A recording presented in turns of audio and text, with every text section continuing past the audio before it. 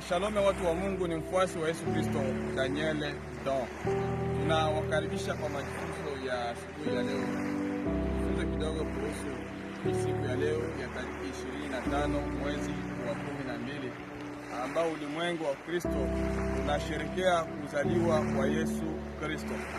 Tumepata maswali mengi kupitia hii page yetu, watu wakiuliza, je, ni halali kusherehekea siku ya Noeli ama fete ya kuzaliwa kwa Yesu Kristo ya tariki 25 mwezi wa 12.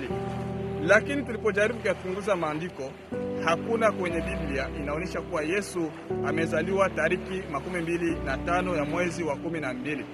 Lakini ulimwengu wa Kristo unasherehekea kwa kukumbuka kama siku moja Yesu Kristo alizaliwa, Mwokozi wa kukomboa ulimwengu. Kulingana na hali ile ya kumbusho, ulimwengu wa Kristo ukafanya mpangilio, wakamata date ambayo iko conventionnel, wakamata date ambao wameitikiana kwa ulimwengu wa Kristo kuwa date ya tariki 25 mwezi wa 12 iwe ni date ya kusherekea, aidha iwe ni siku ya kusherekea ukumbusho kama kuna siku moja Yesu Kristo Masihi wetu amezaliwa. Bwana Yesu asifiwe sana. Kulingana na Mathayo 18:19 inasema hivi: wawili ama watatu wakikusanyika kwa neno langu kwa jambo fulani, na kule mbinguni itafunguliwa. Na Wakristo wamekusanyika wakasema tukamata hii date ya 25 kwa date conventionnelle, kama tukuwe na kumbuka kuwa Yesu Kristo kuna siku moja amezaliwa.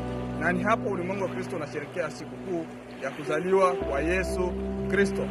Pia Biblia inatuambia kama mtu asikuhukumu, mtu awaye yeyote asikuhukumu kwa ajili ya sikukuu. Kama mtu anasherehekea sikukuu ya kuzaliwa kwa Yesu Kristo, hajafanya dhambi. Na kama mtu hasherehekei sikukuu ya kuzaliwa kwa Yesu Kristo, naye pia hajafanya dhambi. Kwa maana Paulo anatuambia mtu yeyote asikuhukumu kwa ajili ya kitu chochote, aidha kwa ajili ya sikukuu iwayo yoyote ile, mtu asiweza kuhukumu. Tunasema asante sana, na kwa urefu tutawafasiria kwa video ambayo tutabaki nyuma, kujua hii siku ya 25 imetoka wapi, imefanya na nani, wakati ya kina Nimrod walifanya nini ilikuwa kwa ajili ya Mungu jua. Tutakuelewesha kwa video zetu ambazo zinabaki nyuma. Tunashukuru sana kwa kufuatilia.